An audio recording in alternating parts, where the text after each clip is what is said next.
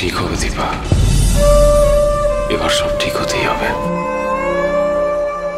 জানো দীপা, মানুষের জীবনে যদি শান্তি, আনন্দ এগুলো না থাকে তাহলে তার জীবন যতই লম্বা হোক কোনো লাভ হয় না।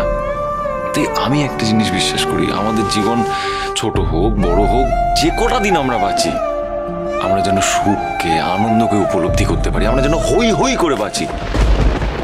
আর এটাই হবে আমাদের লক্ষ্য সব সময়।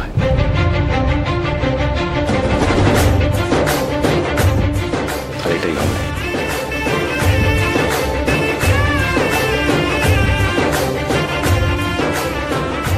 এত সুখ যে কতকাল পরে পেয়েছি, এই মুহূর্তটা যদি এখানেই থেমে থাকতো।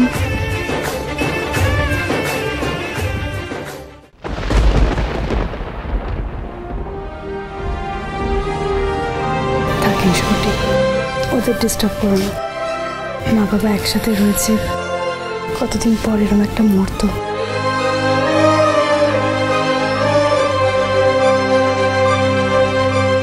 আমরা বরং বাইরে যাই, চলো। কি আপনারা এখানে দাঁড়িয়ে আছেন?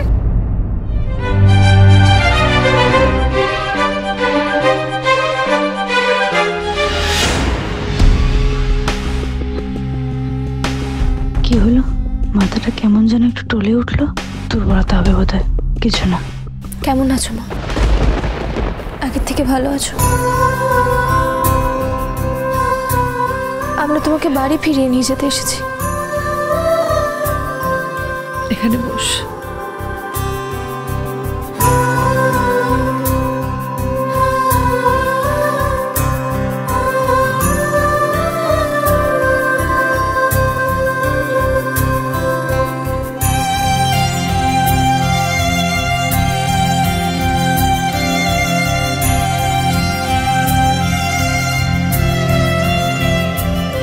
তোর জীবনে সব রং ফিরে আসুক।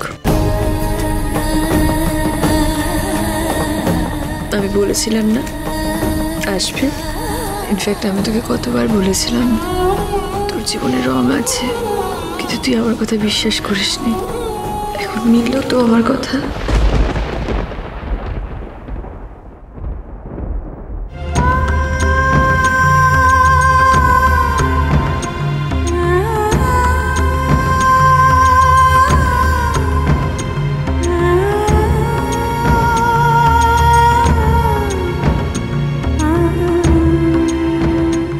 মা চলো, তোমার নিজের বাড়িতে চলো।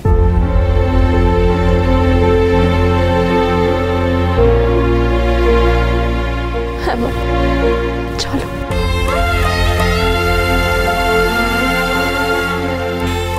সত্যি আমি ফিরে যাব নিজের বাড়িতে, এত ভালোবাসায়, এত আনন্দে। এটা কি সত্যি হবে? আরে তাড়াতাড়ি করে ফুলগুলো দাও আমাকে, কৃষ্ণ এখানে লাগবে আমার। এই তো ফুল এসে গেছে। এখানে এখানে।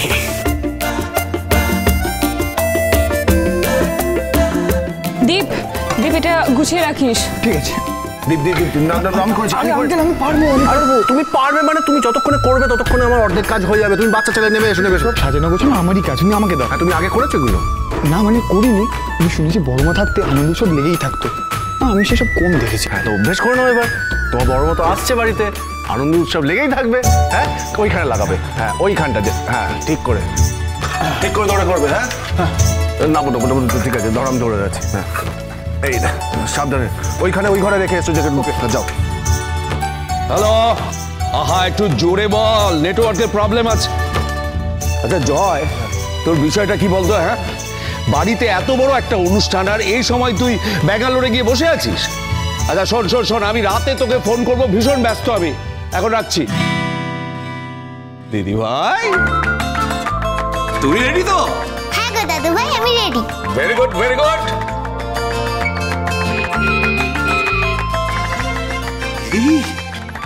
শোন এসে গেছে মনে হচ্ছে, এসে গেছে এসে গেছে এসে গেছে। এই হয়ে গেছে।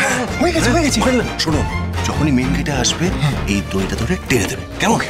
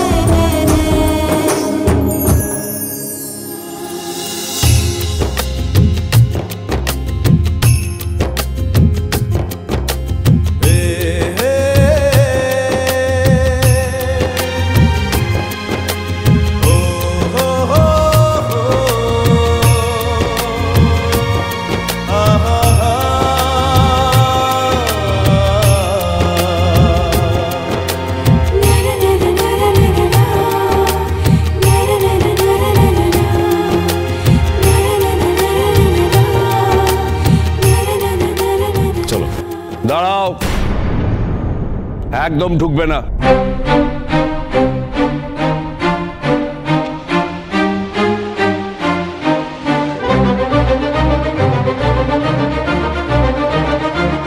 ঢুকবো না মানে?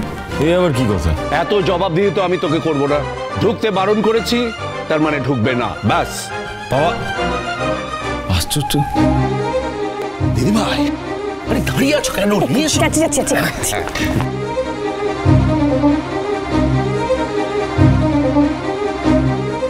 দাও। আমি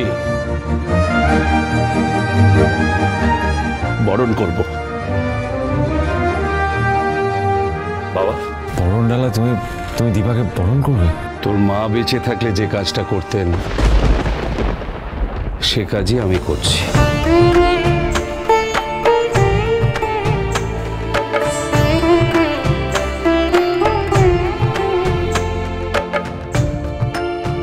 এ কথা সত্যি, লাবণ্য তোমাকে মেনে নিতে দেরি হয়েছে,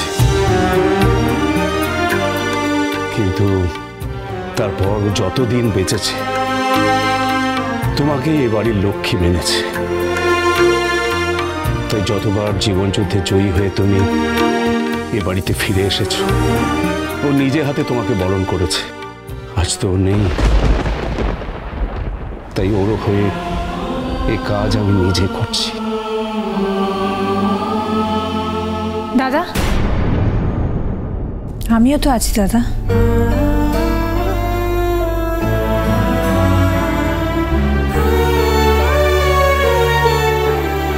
আমি জানি এই পরিবারে আমি দীপার সব থেকে বড় সমালোচক।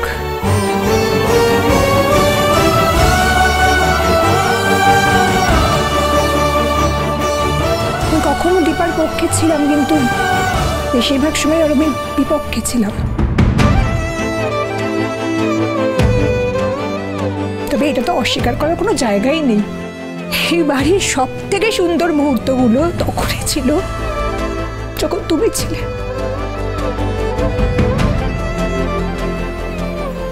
দিদিভাই তো নেই, তাই দাদা আমার খুব ইচ্ছা আমি দীপাকে বরণ করে ঘরে তুলি। মানে এটা তো আমাদেরই করার কথা, তাই না?